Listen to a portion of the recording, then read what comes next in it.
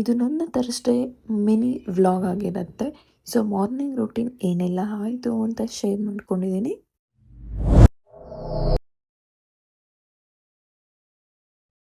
Welcome back to my channel. So as usual ನಾನು morning ಎದ್ದಿದ ತಕ್ಷಣ ಸ್ವಲ್ಪ ವೀಡಿಯೋ ಮಾಡ್ಕೋತೀನಿ. ಮಾರ್ನಿಂಗ್ ಚೆನ್ನಾಗಿ ಕಾಣಿಸ್ತಿದೆ ವೆದರ್ ಅಂತ. ಸೊ ಹಾಗೆ ಫ್ರೆಶ್ ಅಪ್ ಆಗಿ ಬಂದು ಸ್ವಲ್ಪ ನಾನು ಅದನ್ನು ಕೂಡ ವೀಡಿಯೋ ಮಾಡಿಕೊಂಡೆ. ಸೊ ನಾನು ಮೇಲ್ಗಡೆ ರೂಮ್ ಇರೋದ್ರಿಂದ ಸೊ ಕೆಳಗಡೆ ಅಡುಗೆ ಮನೆ ಇರೋದು. ಸೊ ಕೆಳಗಡೆ ಹೋಗ್ತಾ ಇದ್ದೀನಿ. ಸೊ ಅಲ್ಲಿ ಕೆಳಗಡೆ ಅತ್ತೆ ಮಾವ ಇಬ್ಬರು ಮಲಗಿರ್ತಾರೆ. ಸೊ ಇವತ್ತಿನ ತಿಂಡಿ ನೈಟೇ ಡಿಸೈಡ್ ಆಗಿತ್ತು, ಪೂರಿ ಸಾಗು ಮಾಡೋಣ ಅಂತ. ಸೊ ಸಾಂಬಾರು ಮಾಡೋದೇನಿರಲಿಲ್ಲ, ಸಾಗು ಜೊತೆನೇ ತಿಂದ್ಕೋತೀವಿ ಮಧ್ಯಾಹ್ನ ಊಟಕ್ಕೂ ಅಂತ ಹೇಳಿದರು. ಹಂಗಾಗಿ ಪೂರಿ ಮತ್ತು ಸಾಗು ಮಾಡೋಣ ಅಂತ ಡಿಸೈಡ್ ಮಾಡ್ಕೊಂಡಿದ್ವಿ ನೈಟೇ. ಹಾಗೆ ಕೆಳಗಡೆ ಬಂದೆ. ಕೆಳಗಡೆ ಬಂದಾಗ ಸ್ವಲ್ಪ ಲೈಟ್ ಆಫ್ ಆಗಿರುತ್ತೆ, ಸೊ ಮಲಗಿರ್ತಾರೆ. ನಾನು ಅಡುಗೆ ಮನೆಗೆ ಬಂದು ಡೈರೆಕ್ಟಾಗಿ ಲೈಟ್ ಆನ್ ಮಾಡಿಕೊಂಡು ಸ್ಟವ್ ಎಲ್ಲ ಕ್ಲೀನ್ ಮಾಡಿಕೊಂಡು ಹಾಲು ಮತ್ತು ಟೀ ಇಟ್ಟೆ. ಸೊ 2 ಕಾಯೋಷ್ಟೊತ್ತಿಗೆ ನಾನು ತರಕಾರಿ ಎಲ್ಲ ಕಟ್ ಮಾಡ್ಕೊಳ್ಳೋಣ ಪೂರಿಗೆ ಅಂತ ತರಕಾರಿ ಎಲ್ಲ ಕಟ್ ಮಾಡ್ಕೊತಿದ್ದೆ. ಹಾಗೆ ತರಕಾರಿ ಎಲ್ಲ ಕಟ್ ಮಾಡ್ಕೊಂಡ್ಮೇಲೆ ನಾನು ಕಾಯಿ ಕೂಡ ರುಬ್ಬಿಟ್ಕೊಂಡೆ ಮಸಾಲೆಗೆ ಬೇಕಲ್ಲ ಅಂತ. ಸೊ ಹಾಗೆ ಕುಕ್ಕರೆಲ್ಲ ಒಗ್ಗರಣೆಗೆ ಇಟ್ಟು ನಾನು ಕೆಳಗಡೆ ಮತ್ತೆ ಬಾಗಿಲಿಗೆ ನೀರು ಹಾಕಕ್ಕೆ ಹೋಗಬೇಕಿತ್ತು. ಸೊ ಹೋಗಿ ಬಂದೆ. ಅದನ್ನು ನಾನು ಲಾಸ್ಟಲ್ಲಿ ವೀಡಿಯೋ ಹಾಕಿದ್ದೀನಿ, ಏನಕ್ಕೆ ಅಂತಂದರೆ ಹೇಳ್ತೀನಿ ಆಮೇಲೆ. ಸೊ ಹಾಗೆ ನಮ್ಮ ಮಾವ ಎದ್ದು ನನಗೆ ಸ್ವಲ್ಪ ಹೆಲ್ಪ್ ಮಾಡಿಕೊಟ್ರು ಪೂರಿ ಮಾಡೋದ್ರಿಂದ. ಅಷ್ಟರೊಳಗಡೆ ಸಾಗು ಕೂಡ ಆಗಿತ್ತು. ಹಾಗೆ ನಮ್ಮ ಮಾವ ಹಿಟ್ಟು ಕಲಸಿರ್ತಾರೆ, ಫುಲ್ಲು ಗಟ್ಟಿಯಾಗಿ ಕಲಸಿರ್ತಾರೆ.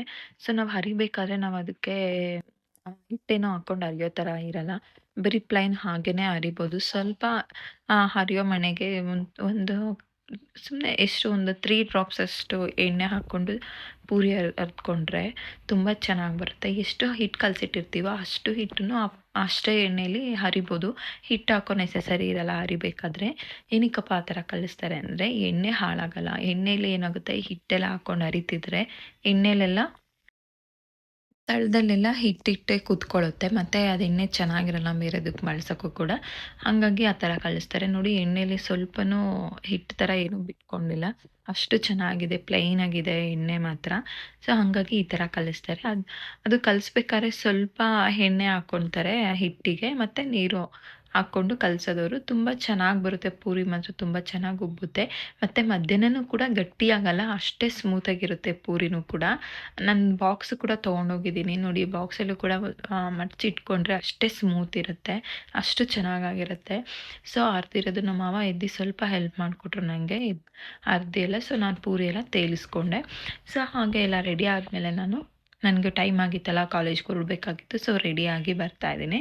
ಸೊ ನೋಡಿ ನಾನು ಡಬ್ಬಿಗೆಲ್ಲ ರೆಡಿ ಮಾಡಿಟ್ಟಿದ್ದೆ. ಸೊ ಡಬ್ಬಿಗೆ ಪೂರಿ ಮತ್ತು ಸಾಗು 2 ರೆಡಿ ಮಾಡಿಟ್ಟಿದ್ದೆ ಮೊದಲೇ, ಹಾರ್ಕೊಂಡ್ಲೆ ಅಂತ, ತುಂಬ ಬಿಸಿ ಹಾಕ್ಕೊಂಡ್ರೆ ಚೆನ್ನಾಗಿರಲ್ಲ ಅಂತ. ಸೊ ನಾನು ಡಬ್ಬಿ ಎಲ್ಲ ಕ್ಲೋಸ್ ಮಾಡಿಕೊಂಡು ತಿಂಡಿ ತಿಂದ್ಕೊಂಡು ಹೊರಟೆ. ಸೊ ನಾನು ಬರೋ ಅಷ್ಟರಲ್ಲಿ ಅಭಿ ಕೂಡ ಅವಳಿಗೆ ಸಾಕ್ಸು ಮತ್ತು ಶೂ ಎಲ್ಲ ಹಾಕ್ತಿದ್ದಾರೆ ಸ್ಕೂಲಿಗೆ. ಆಲ್ಮೋಸ್ಟ್ 3 ಜನ ಒಟ್ಟಿಗೆ ಹೊರಡ್ತೀವಿ. ಕೆಲವೊಂದು ಸರಿ ಲೇಟ್ ಆದಾಗ ಅಭಿ ಲೇಟಾಗಿ ಹೋಗ್ತಾರೆ, ನಮ್ಮಿಬ್ಬರನ್ನು ಡ್ರಾಪ್ ಮಾಡಿ. ಸೊ ಅವಳನ್ನ ರೆಡಿ ಮಾಡ್ಕೊಂಡು ಹೋಗಿ ಅವಳನ್ನ ಸ್ಕೂಲಿಗೆ ಡ್ರಾಪ್ ಮಾಡಿ ಹೋಗೋದು ನಾವು. ಫೈನಲಿ ರೆಡಿ ಆದ್ಲು, ಹೊರಡ್ತಿದ್ದೀವಿ. ಸೊ ನಾನು ರಂಗೋಲಿ ಹಾಕೋದು, ಬಾಗ್ಲಿಗೆ ನೀರು ಹಾಕೋದು ಒಂದು ವೀಡಿಯೋ ಮಾಡ್ಕೊಂಡಿರಲಿಲ್ಲ. ಸೊ ಟೈಮ್ ಆಗ್ತಿತ್ತು ಅಂತ ಅಂದ್ಬಿಟ್ಟು ತಿಂಡಿಗೆ. ಸೊ ಆಮೇಲೆ ನಾನು ಹೊರಡ್ಬೇಕಾದ್ರೆ ಸುಮ್ಮನೆ ವೀಡಿಯೋ ಮಾಡಿಕೊಂಡೆ ಅವತ್ತಿನ ರಂಗೋಲಿ ಏನು ಹಾಕಿದ್ದೀನಿ ಅಂತ ಅಷ್ಟೇ. ಸೊ ಅಷ್ಟೆಲ್ಲ ಆದಮೇಲೆ ನಾನು ಗೇಟ್ ಕ್ಲೋಸ್ ಮಾಡಿಕೊಂಡು ಇಬ್ಬರು ಅಲ್ಲ 3 ಜನನೂ ಕೂಡ ಹೊರಟ್ವಿ. ಸೊ ಇನ್ನೂ ಸ್ವಲ್ಪ ಟೈಮ್ ಇತ್ತಲ್ಲ ಅಂತ ಅಂದ್ಬಿಟ್ಟು ಶಾನನ ಸ್ಕೂಲಿಗೆ ಡ್ರಾಪ್ ಮಾಡಿ ನಾನು ಮತ್ತು ಅಭಿ ಕೂಡ ದೇವಸ್ಥಾನಕ್ಕೆ ಹೋಗೋಣ, ಪಕ್ಕದಲ್ಲೇ ಸ್ಕೂಲ್ ಪಕ್ಕನೇ ದೇವಸ್ಥಾನ ಕೂಡ ಇದೆ. ಹಾಗೆ ದೇವಸ್ಥಾನಕ್ಕೆ ಹೋಗೋಣ ಅಂತ ಹೋದ್ವಿ. ಅಲ್ಲಿ ದೇವಸ್ಥಾನದ ಒಳಗಡೆ ಹೋದ್ವಿ. ಅಲ್ಲಿ ಹೋಗಿ ಹಾಗೆ ಕೈ ಕಾಲೆಲ್ಲ ತೊಳ್ಕೊಂಡು ದೇವ್ರ ದರ್ಶನ ಮಾಡ್ಕೊಳ್ಳೋಣ ಅಂತ ಹೊರಟ್ವಿ.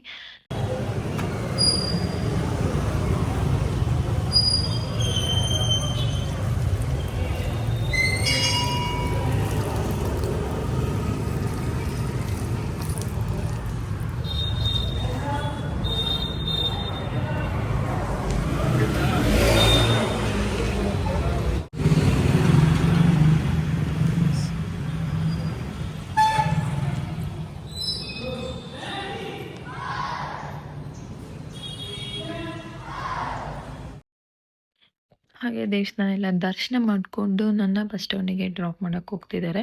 ಸೊ ನನ್ನ ಬಸ್ ಸ್ಟಾಂಡಿಗೆ ಬಿಟ್ಟು ಅವರು ಕೂಡ ಆಫೀಸಿಗೆ ಹೋಗ್ತಾರೆ. ಅವ್ರಿಗೂ ಕೂಡ ಟೈಮ್ ಆಗಿತ್ತು ಅಂತ ಇವತ್ತು ಬೇಗನೆ ಹೊರಟರು.